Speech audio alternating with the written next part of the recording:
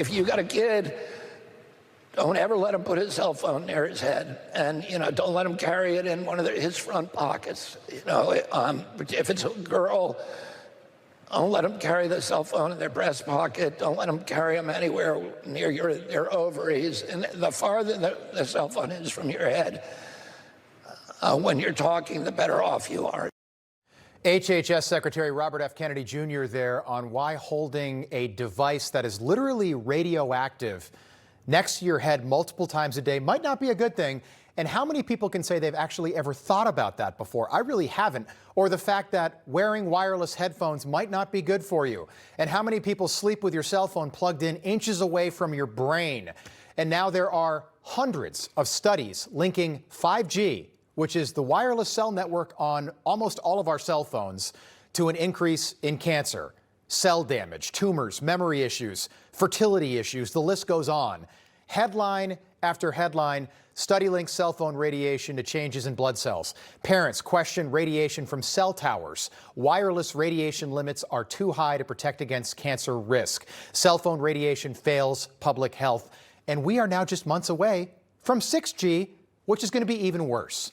Nick Hulscher is an epidemiologist at the McCullough Foundation. Dr. Devra Davis is the founder of Environmental Health Trust and the author of Disconnect, a scientist's solutions for safer technology. It's great to have you both. Nick, tell us briefly what 5G is doing to us.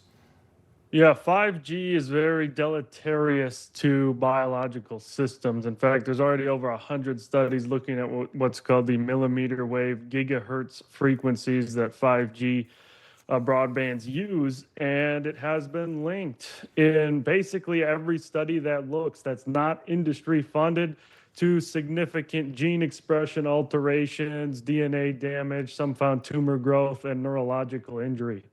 And Dr. Davis, what are cell phones doing to our biological function? Cell phone radiation, which is microwave radiation, disrupts the membranes of every living cell of every living creature that has ever been studied. So if you can disrupt a membrane, you can get things to circulate throughout the body. Okay, and do you have any recommendations? I certainly do. What can people do besides not sleeping with the phone next to your bed? I agree with Secretary Kennedy, and he and I have worked on this issue for many years. You should keep phones away from your head and body. You could use them on speakerphone. You should not carry them close to yourselves, and children should not be using phones. So I completely support proposals around this country and around the world today to keep phones out of schools and to let our children learn the way they're supposed to with paper and pencil and traditional learning, because we're seeing a huge decrement all over the world. Children are falling in achievement tests in math and science and reading. I have an old school alarm clock now next to my bed. My team showed me this. Apparently, wireless headphones are not good because they are sending the signal from headphone to headphone right through your brain. Is that accurate? That is absolutely accurate. Our website, ehtrust.org, has information that shows you exactly what happens when you take the AirPod out of the cover. They're radiating. When you put them in the brain, the radiation stops going out and goes in. Should you just wear one? Wearing one is better than wearing two, but the best is a wired headset with an air tube at the end. All right. The other issue, Nick, these 5G cell towers that are all over the country. You can look at a map online and find how close you live to one. A lot of people don't even realize, because you just kind of see right through it when you see it. They're everywhere. Multiple studies that we found have supported this notion that cancer rates increase if you live essentially within a half mile of one of these things, and they're all over the place.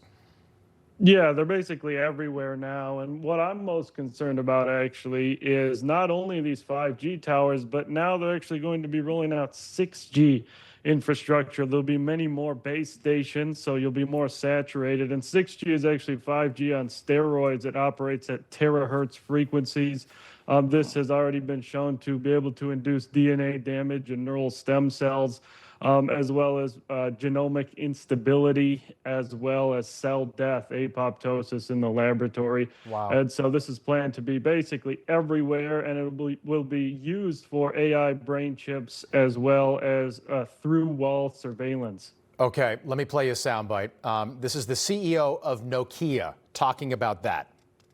2030, I would say that by then, definitely the smartphone as we know it today will not anymore be the usual kind of the most common interface. Wow.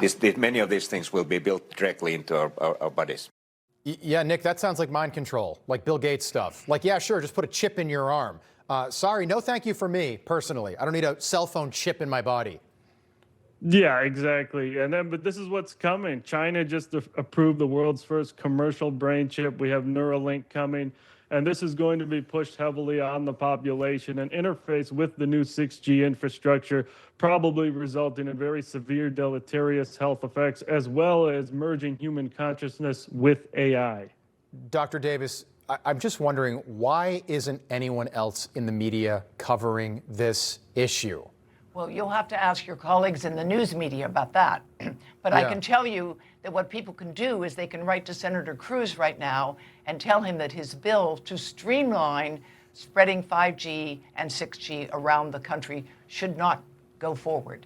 Yeah. The Senate does not understand these issues. The last Senate hearing on this topic was in 2009 when I testified, as did members of the National Toxicology Program on the subject. 2009, I had a flip phone, Dr. Davis. That is correct. Give me a break. You know, I had a flip phone. In 2009, phones were like on a 2-lane road. Yeah. Then they went on a 4-lane road, and now it's going to be as though the phones went from 2 lanes to 4 lanes to becoming airplanes. Yeah, good.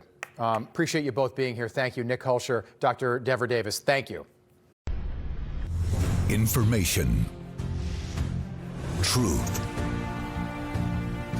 is freedom. Is Newsmax. It's real news for real people.